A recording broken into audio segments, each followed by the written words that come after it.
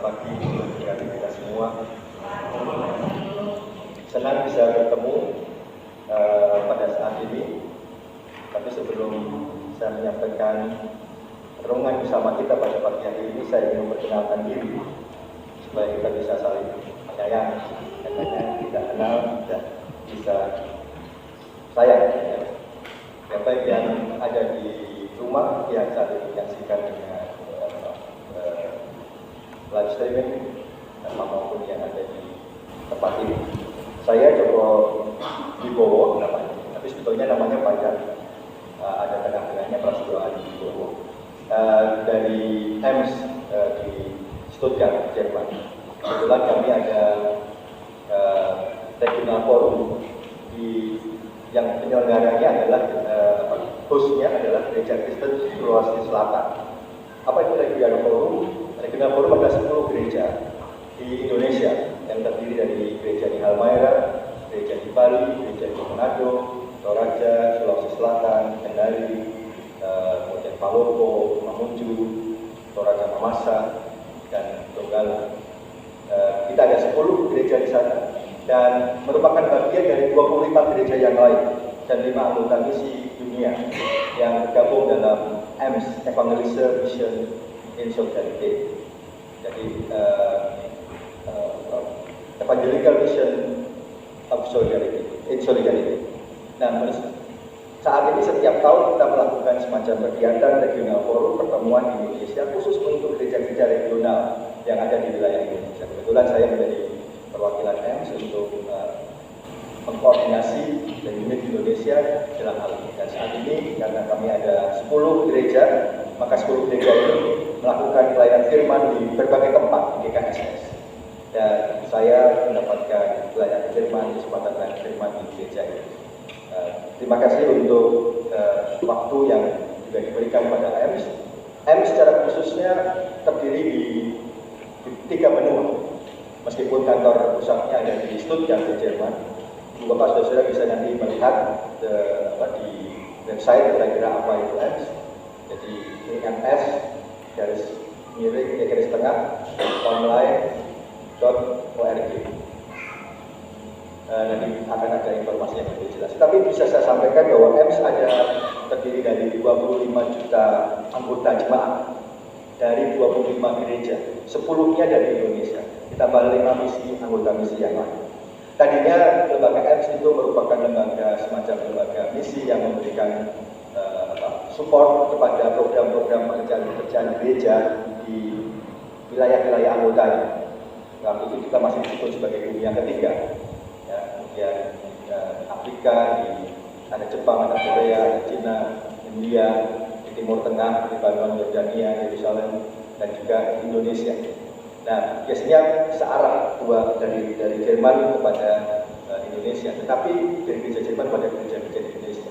Tapi sejak tahun 2012 kita berubah konstitusi dan kita tidak mau menjadi orang yang hanya menerima atau diberi atau memberi. Jadi relasinya bukan lagi relasi pemberi dan penerima, tapi relasinya menjadi keanggotaan. Dan GKSS menjadi salah satu anggota. Sehingga kalau kita menjadi anggota, itu artinya suara GKSS benar-benar didengar. Bahkan GKSS itu memberikan support, sumbangan juga, ada iuran anggota bersama dengan yang lain. Jika kita punya satu kedudukan yang sama, kita punya suara yang sama-sama didengar. Kalau kita berkeberatan, kita bisa mengatakan tidak. Kalau kita setuju, kita bisa mengatakan iya. Dan inilah setiap tahun kami bercakap-cakap untuk melihat bagaimana kebutuhan-kebutuhan pelayanan kita ke depan dan kita kembangkan bersama dengan 25 gereja yang lain. Dan setiap tahunnya kami juga memiliki pertemuan di Jerman. Tahun ini di Jerman untuk General Assembly. Tapi nanti untuk Mission Council itu bisa dipindah-pindah. Tahun depan akan dilakukan di Manado. Sehingga semua anggota EMS akan berkumpul di Sulawesi Utara untuk melakukan Mission Council, termasuk PKSS. Oleh karena itu, senang kalau kita bisa bertemu, cakap-cakap, duduk ini.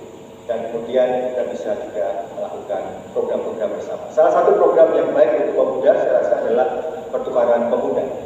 Karena pertukaran pemuda dan pemuda itu artinya termasuk juga pemudi, youth volunteer.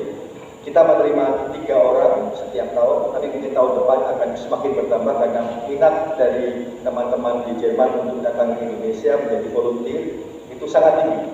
Jadi bisa 1 tahun mereka tinggal di sini. Dan kalau 3 atau 5 orang nanti ke depan, tahun depan mulai tambah hal lainnya dan juga mungkin beberapa tempat yang lain, termasuk BKSS juga bisa mendatangkan satu tenaga sukarela Jerman untuk tinggal bersama. Tetapi tidak hanya itu saja. Kita pun diundang untuk ke Jerman dan kita pun juga diundang untuk berhubungan dengan sesama anggota lain non-Jerman. Jadi ada 2 program lain untuk pemuda kalau usianya antara 18 sampai 28 tahun. Silahkan apply, bergabung, buka websitenya. Saudara akan bisa melamar untuk menjadi tenaga sukarela baik di India, di Afrika, di Ghana maupun mungkin di Jerman. Nah, silakan 3 orang atau 4 orang untuk ke Jerman, 3 orang 4 orang untuk ke wilayah-wilayah di luar Jerman. Itu setiap tahun kita melakukan percakapan seleksi mungkin. Ya, bulan-bulan November ini ada seleksi baru untuk siapa yang akan datang ke Indonesia. Tapi kalau untuk ke Jerman atau ke negara lain biasanya pada pertengahan tahun.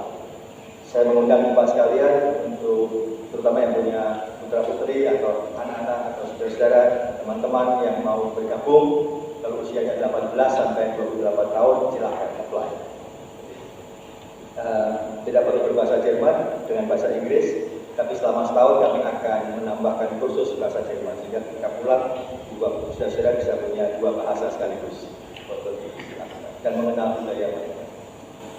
Tahun ini, tahun ke depan ini juga memang tahun di mana kita tidak bisa lagi membendung hubungan internasional kita. Karena dunia menjadi semakin cair, semakin global.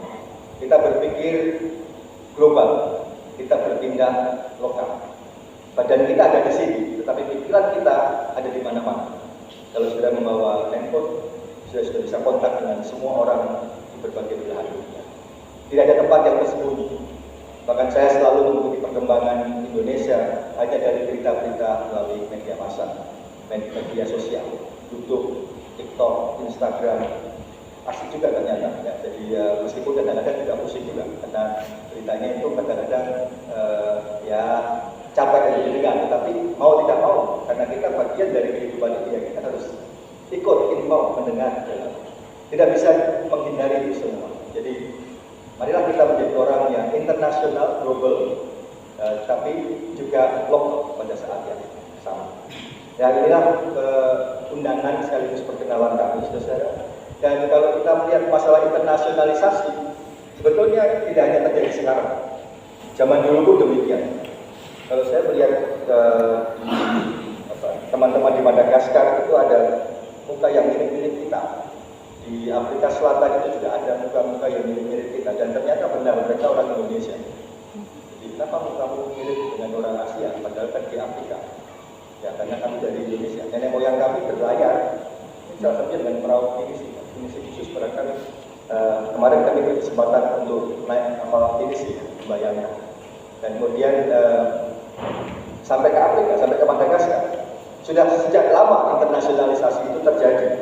Dan bahkan kalau kita melihat di dalam cerita kita saat ini, Esther itu juga mengalami itu, meskipun dengan cara yang tidak menyenangkan. Yang ketika datang di Afrika Selatan, teman-teman atau saudara-saudara kita, nenek moyang kita dari Indonesia, macam-macam alasannya. Ada yang dikirim sebagai budak, ada yang memang mau membuka usaha baru di sana dengan cara yang gambling ya. Tetapi dia mau datang untuk mulai sesuatu yang baru. Sesuai internasionalis sudah terjadi. Dan Esther itu juga termasuk orang yang dibawa ke tempat yang sebetulnya dia tidak inginkan. Tetapi mau tidak mau, dia harus di sana karena dia termasuk bagian dari yang dibuang. Ketika Israel itu dikalahkan, sebagian dari mereka diambil dan dibawa menjadi budak atau untuk menjadi suruhan-suruhan raja. Salah satunya Esther. Dalam Alkitab dijelaskan di awal-awal bahwa Esther adalah orang yang tidak punya orang tua, yatim piatu, dipelihara, dididik oleh Mordekai, dan mereka dibawa sampai ke wilayah Raja Ahasverus. Dan Ahasverus adalah raja yang sangat-sangat besar kuasanya. Disebutkan mulai dari India, ya, sampai India, bahkan sampai Afrika, sampai Ethiopia. Kuasa yang benar-benar sangat luas pada waktu itu. Tetapi saudara-saudara, Esther termasuk orang yang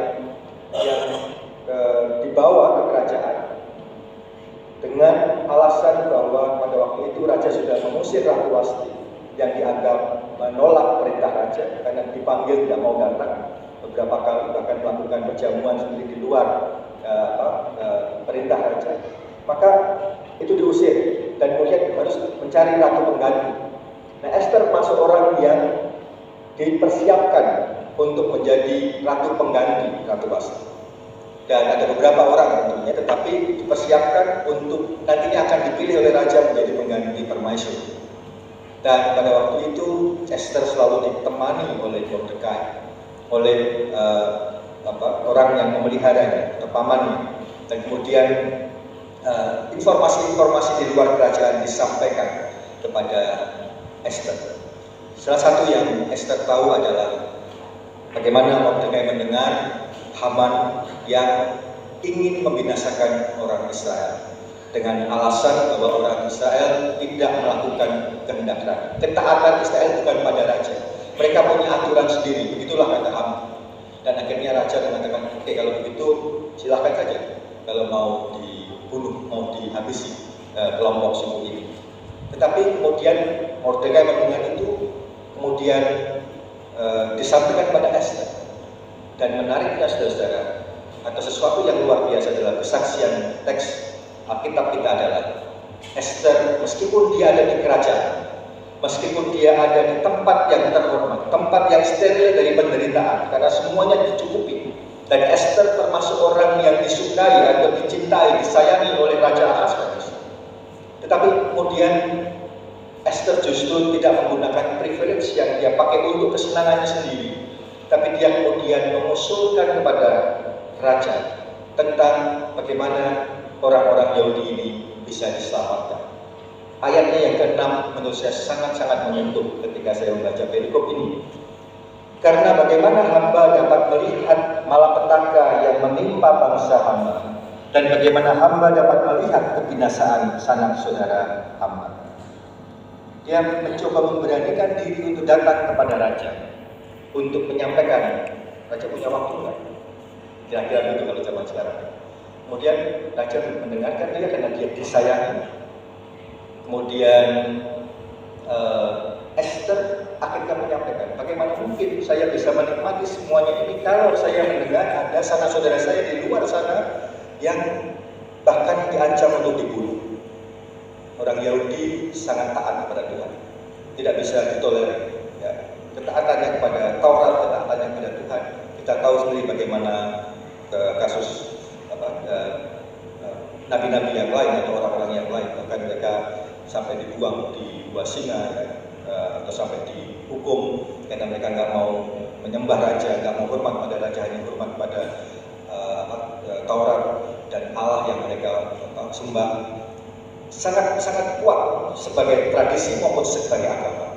Oleh karena itu ada kecurigaan dari orang-orang yang ada di sekitarnya, dia tidak taat pada raja. Kemudian disampaikanlah kepada raja. Sudah tahu dalam pembukaan teks ini dikatakan Ratu Wasti, permaisuri saja yang tidak taat dihukum atau dikeluarkan dari kerajaan. Apalagi orang-orang yang tidak ada hubungannya dengan kerajaan, pasti mereka akan dibunuh dan dibinasakan. Dan itu sudah diberikan hak kepada Haman untuk melakukan itu, untuk mengumpulkan semuanya dan mengundangkan semuanya ini, kemudian untuk melakukan gerakan-gerakan membinasakan mereka. Tapi Esther mengatakan, bagaimana hamba dapat melihat malapetaka yang menimpa bangsa hamba, dan bagaimana hamba dapat melihat kebinasaan sanak saudara hamba. Mana mungkin aku merelakan itu semua? Lalu dia menyampaikan yang sebenarnya. Kemudian raja berubah pikiran. Dia memberikan Esther hak dan Mordekai untuk membuat peraturan atau pengumuman baru yang harus dilakukan untuk menyelamatkan orang Yahudi. Dan akhirnya orang Yahudi memiliki hak untuk membela diri kalau mereka diserang. Orang Yahudi memiliki hak untuk eksis di tengah-tengah masyarakat mereka. Raja tidak membinasakan mereka. Raja memberikan hak yang sama seperti yang saudara-saudara yang dikasihi Tuhan Yesus Kristus. Esther adalah contoh orang yang menikmati privilege, hak istimewa, tetapi tidak digunakannya untuk diri. Alkitab saya rasa memberikan contoh ini. Tidak hanya Esther, tetapi juga ada Yusuf, kalau kita ingat, atau orang-orang lain yang penting dalam Alkitab. Mereka menyelamatkan bangsanya. Pertanyaannya kita sekarang, tentu kita tidak hanya mengagumi Esther, tapi kita juga pasti ingin mengikuti teladan Esther. Kita ingin mengikuti bagaimana ketika kita mendapatkan privilege, hak istimewa, apapun itu bentuknya, kita akan gunakan tidak hanya untuk kita, tapi untuk orang lain. Bagaimana saya bisa bersenang-senang kalau orang tua saya di desa sana belum tentu makan sehari 3 kali. Bagaimana saya bisa bersenang-senang ketika anak-anak saya untuk sekolah saja tahun depan belum bisa saya persiapkan. Bagaimana saya bisa bersenang-senang kalau ada saudara-saudara saya yang sakit, yang sampai sekarang belum bisa ditangani, berobat dengan baik. Bagaimana saya bisa bersenang-senang kalau bangsa ini semakin lama juga semakin kompleks masalahnya. Bukankah sudah dipanggil untuk menjadi bagian, bukan yang mengolok-olok, bukan yang justru membuat masalah dari masalah, tapi menjadi solusi, menjadi inspirasi. Kalau Bapak Ibu dan saudara menjadi content creator, katanya sekarang ini content creator itu lebih menjanjikan dan banyak orang keluar dari pekerjaan resminya karena setiap hari dia bisa menghitung dolar yang masuk ya, dari iklan, dari apa, menjadi content creator, apapun jadi kreasinya. Tapi untuk menjadi content creator itu juga butuh integritas. Apa yang mau saudara beritakan? Kalau asal menarik,